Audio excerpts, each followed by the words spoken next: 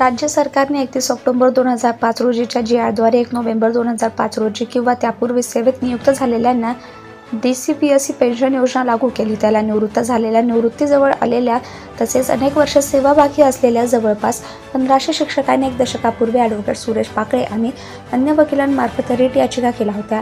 त्याविषयीच्या सुनावणीअंती न्यायाधीश रवींद्र घुगे आणि न्यायाधीश अश्विन बोंबे यांच्या खंडपीठाने हा महत्त्वपूर्ण निर्णय दिलाय.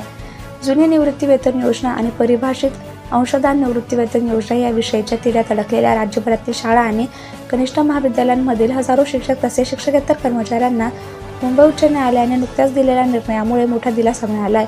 या प्रश्नावर उच्च न्यायालयाच्या पूर्ण पीठाने सन 2019 मध्ये दिलेला निवाडा आणि त्या आधारे विविध प्रकरणात खंडपीठाने दिलेले निवाडे याचा विचार करून शिक्षकांच्या प्रस्तावावर जुन्या पेन्शनविषयी 30 सप्टेंबरपर्यंत निर्णय द्यावा असा आदेश न्यायालयाने शिक्षण उपसंचालकांना दिलाय.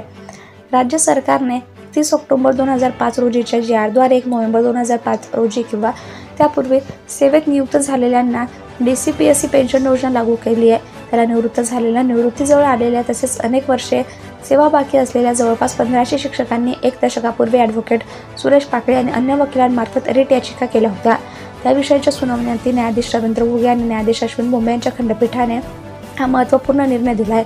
1 नोव्हेंबर 2005 या तारखेला सरकारकडून 100% अनुदान मिळत असलेल्या प्राथमिक, माध्यमिक शाळा आणि कनिष्ठ महाविद्यालयांमध्ये त्या तारखेपूर्वी नियुक्त झालेल्या शिक्षकांना जुनी पेन्शन योजना लागू असेल. तसेच 31 ऑक्टोबर 2005 पूर्वी नियुक्ती झालेले अर्धवेळ शिक्षकही जुन्या पेन्शन योजनेसाठी पात्र असतील, असे कायदेशीर चित्र पूर्णपीठाच्या आणि खंडपीठाच्या आतापर्यंतच्या निवाड्यातून स्पष्ट झाले. पूर्णपीठाच्या निवाड्याविरोधातील अपील सर्वोच्च न्यायालयात प्रलंबित असले तरी अद्याप त्यावर कोणताही अंतरिम आदेश आला नाही. परिणामी तूर्त अंतिम असलेल्या पूर्णपीठाच्या निवाड्याच्या आधारे निर्णय घेण्याचे निर्देश यापूर्वी काही खंडपीठाने दिलेत. त्या अनुषंगाने शिक्षण उपसंचालकांनी अशा सर्व शिक्षक आणि शिक्षकेतर कर्मचाऱ्यांविषयीच्या प्रस्तावांचा विचार करून त्यांच्या जुन्या पेन्शनविषयीच्या पात्रतेचा निर्णय घ्यावा असा आदेश खंडपीठाने दिला आहे. हा आदेश केवळ याचिका पुरता नसून राज्यभरातील अशा सर्व शिक्षक आणि शिक्षकेतर कर्मचाऱ्यांसाठी लागू असेल. राज्यातील सर्व शाळा आणि महाविद्यालयांच्या व्यवस्थापनांनी अशा संबंधित कर्मचाऱ्यांचे प्रस्ताव शिक्षण उपसंचालकांकडे पाठवावे. सर्वोच्च न्यायालयाचा अंतिम निर्णय येईपर्यंत उपसंचालकांनी या निवाड्याप्रमाणे प्रस्तावांवर निर्णय द्यावा. भविष्यात सर्वोच्च न्यायालयाचा आदेश आल्यास त्याचं पालन करणे प्रशासनाला बंधनकारक असेल.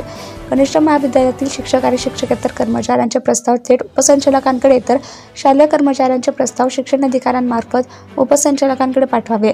व्यवस्थापकांनी ईमेलच्या माध्यमातून प्रस्ताव पाठवावेत आणि व्यवस्थापनाच्या साहाय्याने पडताळणी करून उपसंचालकांनी सर्व प्रस्तावांवर शक्यतो 30 सप्टेंबरपर्यंत प्रत्येक प्रकरणात निर्णय द्यावा.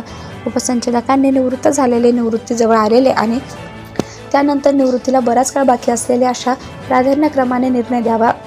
ज्यांचे प्रस्ताव फेटाळले जातील त्यांच्याविषयी उपसंचालकांनी त्यामागील करणी मीमांसा आपल्या आदेशात स्पष्ट करावी.